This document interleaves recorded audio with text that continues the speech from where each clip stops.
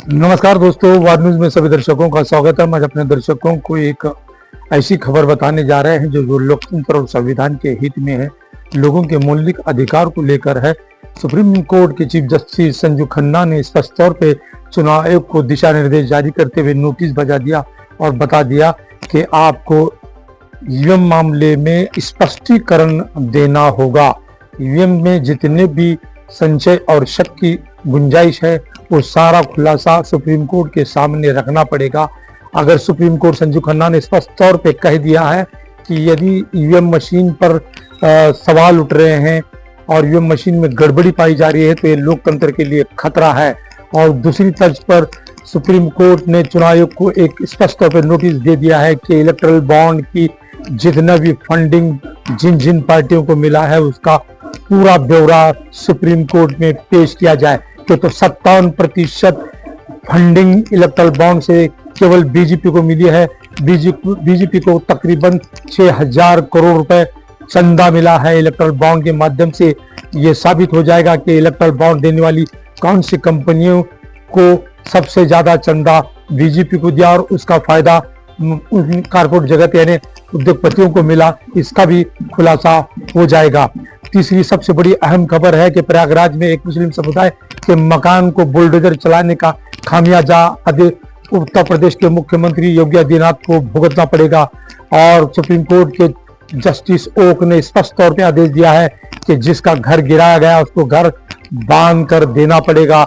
सरकार को नोटिस बजाते हुए सरकार को आदेश पारित करते हुए कहा है कि इनके मकान को बनाकर देना पड़ेगा। जिस तर्ज पे आपने मकान गिराया है, जिस बुनियाद पे मकान गिराया है, नोटिस शनिवार के शाम में दिया और इतवार को वो मकान गिराया गया।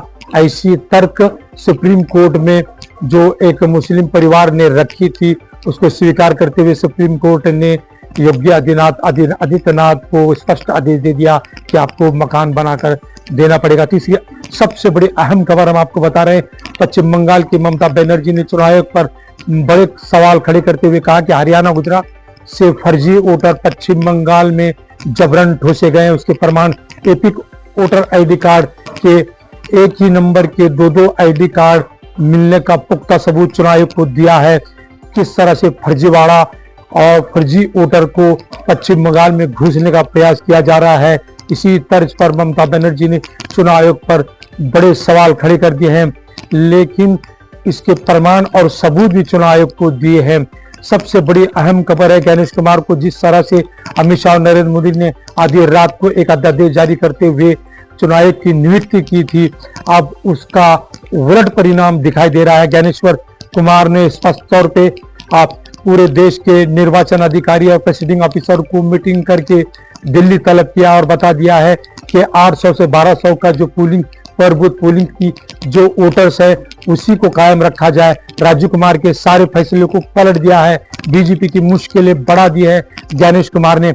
अमित शाह के करीबी ज्ञानेश कुमार ने एक झटका दे दिया है और कांग्रेस की उन सारी बातों को गौर से सुना है और वो सारे दस्तावेज देने को तैयार हुआ है। सुप्रीम कोर्ट के शिकंजे के बाद चुनाव आयोग सत्ते में आया है, राजू कुमार के सारे फैसलों को उलट दिया है और ज्ञानेश कुमार ने सभी निर्वाचन अधिकारी प्रेसिडिंग ऑफिसर को दिल्ली के देश के सभी लोगों को दिल्ली तलब किया और मीटिंग लेकर स्पष्ट तौर पे आदेश दिया है कि 1500 वोटर पर बूथ का जो राजू कुमार का फैसला है उसको उलट दिया गया है। अब 800 से 1200 की संख्या के अंदर बूथ संख्या वोटरों की रहेगी।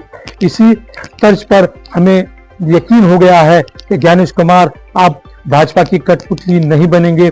हरियाणा, महाराष्ट्र और दिल्ली के चुनाव पर भी वो गंभीर बने हुए हैं, उसका फैसला भी वो तात्काल करेंगे, क्योंकि सुप्रीम कोर्ट बड़ा सख्त रवैया अपनाते हुए कभी भी बैलेट पेपर से चुनाव लेने के दिशा आदेश दे सकता है।